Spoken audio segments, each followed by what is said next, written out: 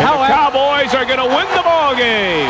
What a great effort by the senior class. They came out here and would not let Texas take control of the game. They made it.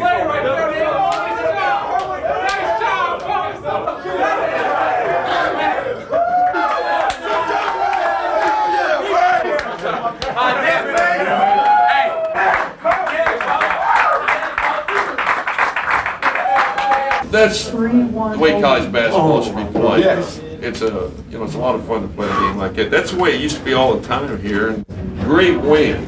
It's a great win. If you're going to win the league, you have to win them at home. And you Two, three. All out.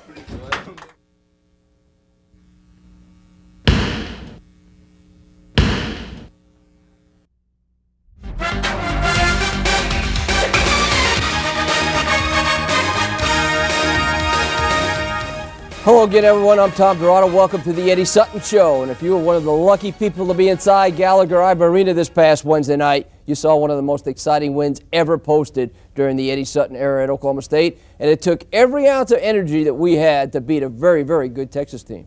Best team we've played this year, and certainly one of the best teams in this part of the country. I really believe if Texas keeps everyone healthy, by the time that team gets to March, believe me, they could go a long way in the NCAA tournament. We talked about this on the radio show after the game, but seemingly everybody on the box score, everybody you put in the game, had a big-time contribution to that win. It was a team effort for sure, and I was so pleased that our younger players, Andre Williams and Jason Keep, contributed, because if our team is going to do well the latter part of the season, those two guys have got to come on and help us. And one thing that was really funny, Jason Keep's parents were here from Idaho to see it the first time they'd been here to see a game in Gallagher-Iba. And Mr. Keep said, I found out what those seats are for. And I said, what do you mean? He said, on timeout you get to sit down. I said, other than that you have to stand up the whole time. But the crowd was outstanding. We're going to have a crowd feature a little bit and a little tribute to our fans that came out that night and come out each and every game the Cowboys play. Cowboys now 14-1, 3-0 in conference play. A good start, obviously. Had to go to Baylor, though, to start this week off, and that game was just a tad different in terms of perhaps production. Maybe the intensity was there, but the production was not. Tom, until Wednesday evening against the Longhorns, we haven't played as well offensively as we were playing before the Christmas break. We let the team off for 4 days, and it just seemed like to me we haven't shot the ball as well. We haven't done a lot of things like we were doing back in December. Nice move by Desmond Mason. But against the Longhorns, offensively we played better, but against Baylor, against Texas Tech, the two conference games that we won prior to Texas, our defense held us in the game. Well, that defense is the stabilizer. Great pass, great back cut there by Desmond, and he can dunk the ball about as well as any player I've ever coached. You thought that this might be the game that kind of broke Desmond out of the slump. He scored the game's first 5 points. You thought, well, okay, he's in a rhythm. He struggled the rest of the way, but Doug really picked it up, and there's Keep. Doug was the leading scorer in this game, and a nice assist to Jason Keep. He laid it up. A year ago in Waco, Desmond had 32 points to lead us to victory, and in this particular game he did start fast, but just couldn't get the ball to go down for him.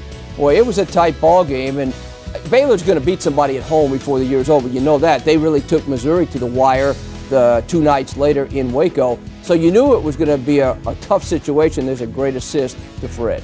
Well, Dave Bliss is an outstanding coach at Baylor. This is his first year, and there's no doubt he's had success at Oklahoma, at SMU, at New Mexico, and he'll get that program going. But I agree with you. Baylor will beat somebody they shouldn't beat in Waco sometime later in the season. You saw one of Joe Adkins' 5 rebounds against Baylor. He had 8 a couple of nights later against Texas. We're going to talk to Joe later on in the program.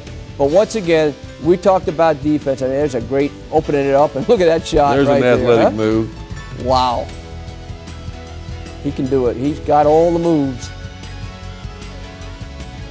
Just like you taught him, huh? No, I wish I could just do that one time when I was playing, but I couldn't. There's good hustle. That's really what this game boiled down to right here. Good movement to Montanati. There was one stretch here that we played excellent offensive basketball for about a 4 or 5 minute stretch, and we broke out to double-figure lead. There's 2 of Doug's 14 points. Great look at pass. that, huh? Long distance dial up there to Fred. Doug has wonderful passing instincts, and that was a great example of how he can pass the ball. We're up 31-20, and it looked like in the second half we were going to break the game open, but Baylor hung in there, and it was just touch and go up until about the last 5 minutes. And again, we played pretty well offensively in the last 5 minutes and broke away to a 56-41 victory. I guess that's the lowest number of points that any team has scored since the Big 12 came into existence During a regular season. And I think we hold the record. I wasn't going to bring that part up. I think last year in the championship game with Kansas, we only got 38. But in the spirit of fairness, and what a big three that was for Doug, because they had, I think, drawn back to within 5 or 6 at that point. That was a big trade. There's Glennon Alexander hitting one of his three-pointers. And Glendon had struggled basically through this game. Got that big three again. Your shooters, though, as you say so many times, they'll be able to shoot. It's going to go in eventually. Just keep shooting. Well, we're talking about Joe Adkins, Glennon Alexander, Desmond Mason. Those three in particular are the best perimeter shooters we have. And one of these nights, all of them are going to shoot the ball well, and we're going to have an easy game. Historically, Desmond Mason's had some of the best games of his career against the University of Texas. Mason and I talked on the pregame show for the radio audience, and you could tell he was ready for this one. It was kind of a re-coming out party, if you will, for him. He lit it up early, and he stayed hot throughout. The game with Texas, it's a great rivalry. It was when I was at Arkansas, and I think when you have a young man from Texas like Desmond, the University of Texas, the game is always very meaningful. But the game on Wednesday night was a great example of what college basketball is all about. The intensity level was as high as you could ever expect the game to be, not only with the players, but with the crowd as well. And I thought both teams just played so hard. Every time there was a loose ball, guys were diving on the floor after the ball, and believe me, neither team Thursday morning wanted to get out of bed. There had to be a lot of bruises on both clubs. You know, this game also drew a lot of national exposure anytime you match up 12 and 13 like you did, and Mason didn't waste any time. And one of the things we talked about, he said you've been on him throughout this week about letting the game come to him and not press, and I thought he stayed within himself. He did, and I'll tell you one thing, it helped his shooting. He went out and probably got in at least 1,000 shots a couple of days during on his own. And you know, when you do that, and that's a great lesson for young players, if you're having a problem shooting the basketball, well, go back out and make sure you're shooting the ball the same way every time. We use the term groove your shot, and then just go out there and get a lot of shots up. Great out-of-bounds play, nice pass by Doug, and fantastic dunk. You're going to see it one more time here. All by himself, and down it goes. And let's go back to that again, the theory about practicing. People used to say, how come Randy Rutherford has such a great shot when he's here? He's almost automatic. People didn't see all the practice time. Gym rat. You couldn't run him out. You had to run him out of the gym. I mean, he's over there, and you know, shooting's an art. And once you shoot the ball the same way every time, then it's a matter of just going out there and getting a lot of shots up, and you'll gain confidence because you know you can shoot. And Desmond had that excitement that the entire team had against Texas. Look at Jason working hard. This is hard right here. Get it out there where you can shoot it. There it is. Great rebound. He lost his balance, went to the floor, but held his composure and made a nice roll pass out there to Desmond, and he hit a tray. You're going to see it again now. He must have had eyes in the back of his head, or Mace was calling one or the other. Pretty smart move right there. How about that, huh? He's a crowd favorite. He now brings electricity to the floor. I mean, he likes to play, and it's contagious. I thought that even though he only scored 2 points, I think he had 3 rebounds and didn't play that long. Jason Keep banged around in there with Mims. Mim is probably the best college center in the country. I think he is. We held him to 24 points. I think that was high for the season, but he's a great player. There are 14 pro scouts there to watch Mim and Manecki and Desmond, and I think they got their money's worth. But Keep really did a nice job in banging him around. A couple of times in the first half, Texas was on the verge of making a run and opening up a double-digit lead. Each time we came back, only down by 1 at halftime. What was the message? Well, I think the message was we told Doug to quit penetrating so deep. He had lost the ball 3 or 4 times, and just unforced turnovers in a sense. we had missed, I think, 2 just dead layups, and we just told them that to go out there and look at that. Now that's enthusiasm. I would say that's There's enthusiasm. no coach that wouldn't like that. But we just told them to go out there, and we changed our offense and at halftime, and I think that helped. But we praised them on the defense that they had done in the first half. You know, you hold Texas to 30 points in a 20-minute period. You played good defense. You can see it's still anybody's ball game right nice there. Nice drive by Glennon. Glennon came on in the second half, and he was second in scoring to Desmond. He didn't have a great shooting night. I think he was 5 out of 15 from the field, and only 1 out of 8 from beyond the arc, but he hit 6 out of 8 free throws and had 17 points. Free throws. That'll win you ball games down the stretch. Got to hit those. You got to have your best free throw shooters in late in the ball game, because when you're ahead and the other team's coming after you, you know they're going to foul, and if you miss those free throws, you're just asking for troubles. And, you know, really, you could never put the ball game away until probably these free throws right here by Brian, because Texas kept staying in, making shots. You know, they only had, I think, 41 points with about 6.5 minutes to go, and they end up with 65. So they hit some big shots, even though we had a double-figure lead there. Well, they came down, and boy, they're a good basketball team. They're like, I agree with you, they're not going to lose very many basketball games. I told Manecki after the game, because I'm proud of Manecki. You know, he used to do some things that none of us like, but now he's just a hard-nosed basketball player, and he had that great 30-point game against Oklahoma earlier in the week. But I told him, I said, Gabe, this is the way basketball ought to be played. 2 great teams playing as hard as they can play, and I said, you know, we're looking for that competition in Austin. He said, we are too. I imagine they are. And I guarantee you, we talked about before we went on, you want to know how to play Texas every night. That'd be a long week's work, I guarantee you. You know, Cowboy fans played a huge role in the win over the Longhorns. When we come back, we'll pay tribute to Oklahoma State faithful. We'll do that right after this timeout. Welcome back to the Eddie Sutton Show. I'm Paul Splittorff, and Tom and Eddie will be right with you. I'd like to hear them talk about a little baseball sometime, and if they ever got to that, maybe they'd invite me. I'd like that. Good luck, guys. You know, Paul Splittorff, I used to go watch him play. When I was coaching the Razorbacks, well, I'd take the boys to Kansas City to watch the Royals play. George Brett had some great teams, and Paul was really an outstanding pitcher. Yeah, he was for the Royals many years up in Kansas City. And he also does a great job doing the basketball telecast. Talking to him when he was here a couple of nights ago, I think his mind's about half on spring training now. Starting to get the feel for that warm weather down in Florida. I have to watch you, or you'll be thinking about the Mets. Well, I will. We'll talk about the Mets one show before it's over, I'm sure. You know, great victories and great crowds go hand in hand. And the noise level in Gallagher-Iba Arena this past Wednesday night reached its usual fever pitch and reminded many of us of days gone by. You know, it's been said Gallagher-Iba Arena experience is something every college basketball fan needs to be a part of at least once in his or her life. The fans truly make a difference, as our own Colleen Cassidy found out in the win over Texas.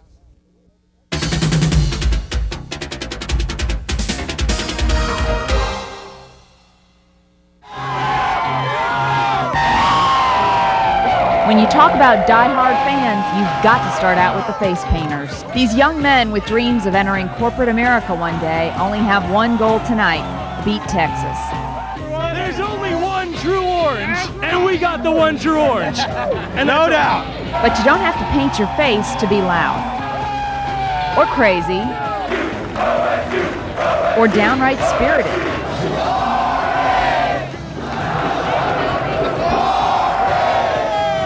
Support is really for the players, and here at Gallagher-Iba Arena, that really means a lot.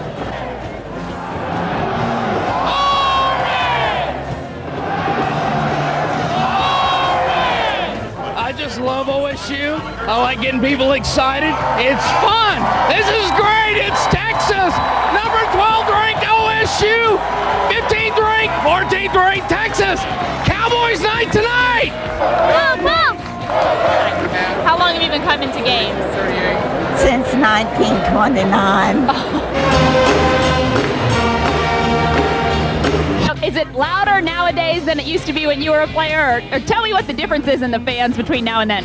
I think it's louder now, but it was just as loud then in 1953 as it is now. Man-to-man defense for the Longhorns. Andre Williams out front. Passes inside. Mason slams it home. Well, that was a nice pass by the youngster. A timeout by Texas. The Some say Gallagher-Iba is... Yeah, we're the rowdiest arena in the country. OSU fans can be intimidating, but they seem to treat the visitors well. This is my first time and I like it. The girls are pretty and the place is great. Good basketball.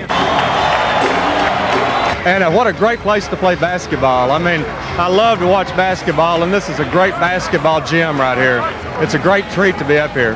Great atmosphere, but we're excited to be here. Excited, not intimidated. The Cowboys wrapped up another victory tonight. The fans are already getting ready for the future. What a great effort by the senior class.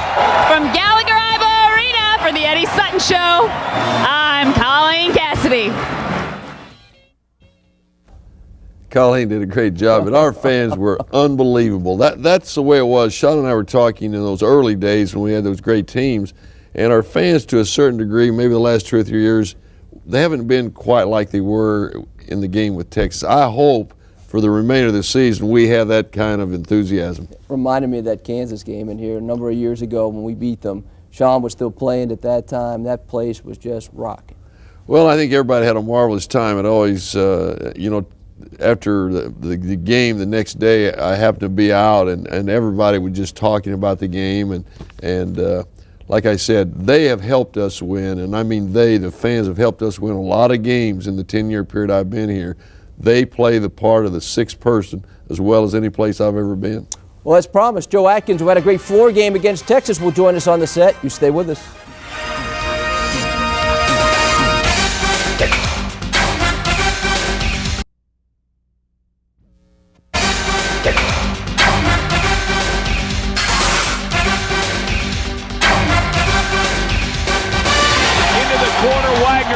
Inside is Lim, knocked away by Adkins. Joe's going coast to coast, and he slammed it home.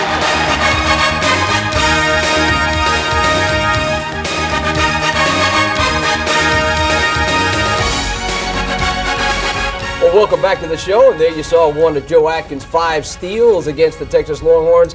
And as we promised, Joe joins us on the set here for this show. Congratulations on a big game, and I think you showed exactly why you just can't look at the points column on a box score. So much more to your night. Hey, you out-rebounded Mima Manecki with 8. Oh, thank you, TD. I think I played a lot more spirited yesterday. I had to do better talk with myself, and I just wanted to play with more intensity, and fortunately enough, it came out for the best. I know he enjoys those nice lines in the box score. You know, there's so many things that Joe can do even when he isn't scoring a lot of points, and I thought it was very evident in our latest win over Texas. Like you mentioned, he had 8 rebounds, he had 5 steals, he had 7 assists and only 1 turnover, played great defense, and those are things that make for an outstanding ball club. And Joe has really been a classic act the time that he's been with us, and now he's a senior, and this is his ball club. One of the things I always tell our seniors, this is the team that you will be remembered for. But magnificent performance by our ball club on Wednesday night against Texas, and this guy was very instrumental in the victory. Do you guys get the same feeling there over on the bench? And I'm going to ask Joe. Joe brings an energy, and he more times than not brings that energy off the bench to the offense, and all of a sudden it just kicks up into another gear. You feel that way? Well, sometimes I think sometimes with Doug struggling, I'm able to, we kind of pick each other up, and when he's not playing as well, I'm fortunate enough to sometimes come in and give the team a spark, and I think that's the sign of a good team. We don't get down on each other, but Doug will have better days, and hopefully we'll have more wins to come. You don't like to see the shots miss, but again, you don't mind the guys taking good shots because eventually they're going to go in. Well, I think Joe has struggled with his scoring this year, and I don't think either one of us or any of the other coaches or his teammates can really figure out why, because he's a great shooter, and we're almost halfway through the season, so we know that all of a sudden one of these nights he's going to have a 25-point game, and we want him to shoot the best ball when his shot comes to him. But like I said earlier, even when he doesn't score, he's an asset to this ball club, and it was certainly brought forth in our game with Longhorns. Joe, you and I have talked about this a lot on the pregame shows, and you've heard Eddie say it so many times. It's your team, the seniors' team. You take pride in that, and I think that was obvious Wednesday night against Texas. You guys, the seniors, weren't going to let this one get away. Yeah, I agree with that.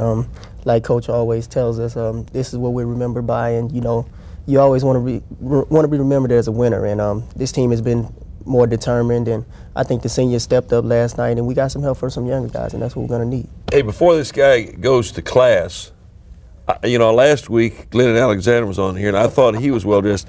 His mama went out and got this suit. Now he wins the new award. He's the top dresser on the team. You've got some good dressers, but I tell you, he just maybe went to the top with this outfit here today. Joe, thanks for coming by. Tough, I know, to get through this show and get to class, but I appreciate your time. Good luck this Saturday at A&M. Thank you, TD. We're going to come back. We've got the question of the week, the notebook, and a look at A&M. That's all still ahead on the Eddie Sutton Show.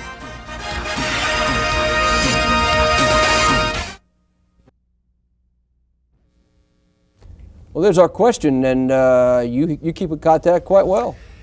Kent, once a player plays for me, they're part of my family forever, and I keep in contact with the guys all the time. Wednesday night at the Longhorn game, Brooks Thompson, one of the outstanding players to ever play here during my period, was there at the game. Alan Zahn, who was one of the members of the Final Four team in '78 at Arkansas. Well, let's run through our notebook real quickly. Our first item, pins and needles. I'm holding one pin in my hand, and this is the acupuncture pin, one of the 38 that were placed, I guess, somewhere on Alex Weber's body. And it helped. Alex Weber was able to play against the Longhorns, and I think we'll continue to do that. I believe in that. You do, and you and I have had several discussions about that. Road Warriors, early on, road teams have had some success. In the Big 12, it's always tough to win on the road, but it seems like to me we've had more victories by the visiting team this year than ever before. 8-15. Of course, Andre's back. First chance for us to say something about that. We're glad to have him back, and he will really help our ball club down the stretch. And he'll help Saturday afternoon, 12:45, tip-off down at College Station. That's all the time we have for this week's show. For Eddie Sutton, our entire crew here at Educational Television Services, Tom Dirato. Goodbye, everybody.